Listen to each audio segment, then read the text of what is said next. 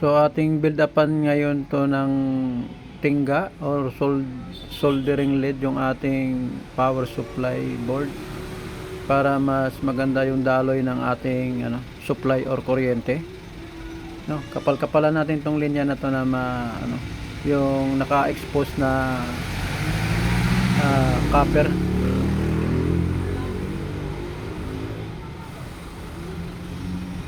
Okay, ayan. Hanggang sa maubos po yan.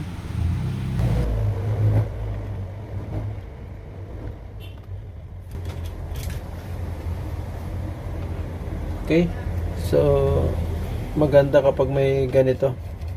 So may laban yung ating PCB or copper clad.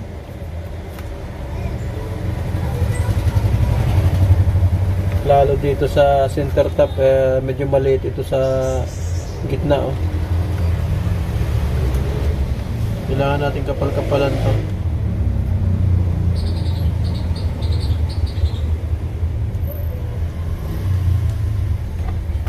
Yan. Yan, medyo pinaumbok natin yung lead dito sa gitna na to, sa center top or ground galing transformer, kasi medyo payat siya rito sa parte na to.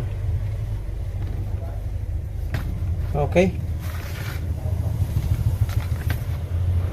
So dahil yung ating power supply board ay walang load resistor, ito hindi nakasama sa kanyang disenyo, no?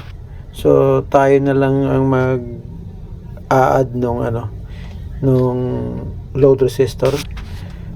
So maggagamit na lang tayo siguro ng kahit na 47K na 2 piraso, no, na nakaparallel,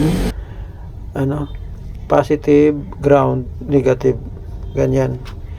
So ihinang lang natin yan, at least meron tayong load resistor or mag-drop ng ating voltahe just in case na ating sa shutdown o sa shut off yung ating amplifier.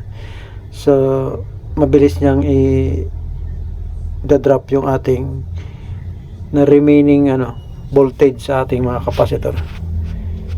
Okay, hihinang na lang natin yan at kakabit na natin soon. Ayan, iniipit lang natin yung nung kutsilyo yung ating resistor, kasi tumitikwas siya. So build upan lang natin ng maayos ng ng tingga yan para maganda yung kapit. Yan, medyo humihiwalay kaya iniipit natin yan ng kutsilyo para hindi sila maghiwalay. Kapal-kapalan lang natin ng hinang yan at okay na.